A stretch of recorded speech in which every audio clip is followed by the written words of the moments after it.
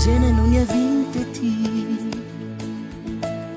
fa tsy fo misy olona overy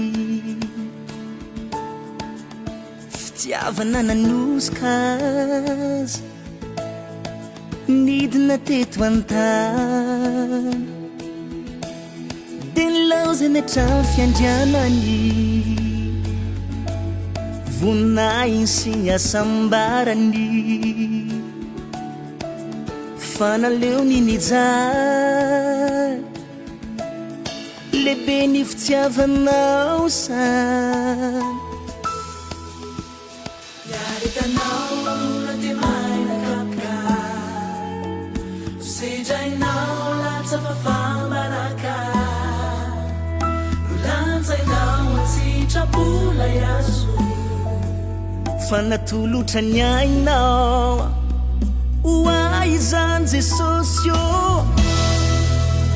fa efa laviny anao tam'izany fa androany tsy avelako verimaina famonjena zay niatra manaina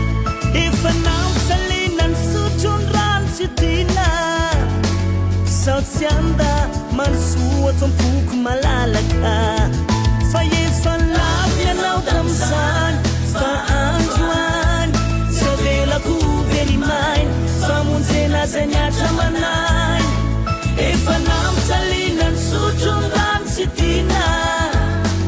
sao tsy anda manosoa tompoko malalaka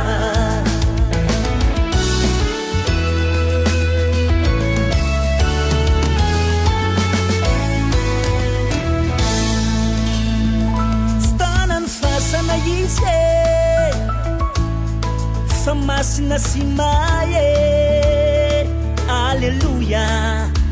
fa velona mandrakizay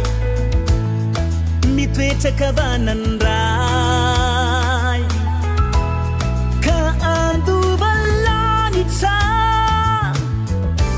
no ny raza efa nalatsaka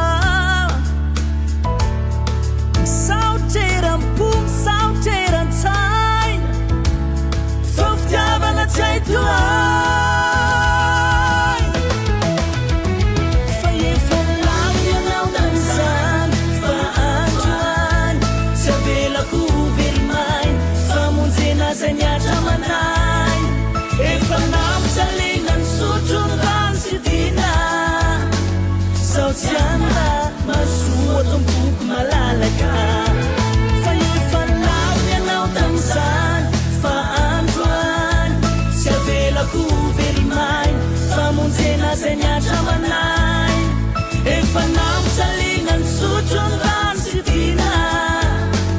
sao tsy anda masoa tompoko malalaka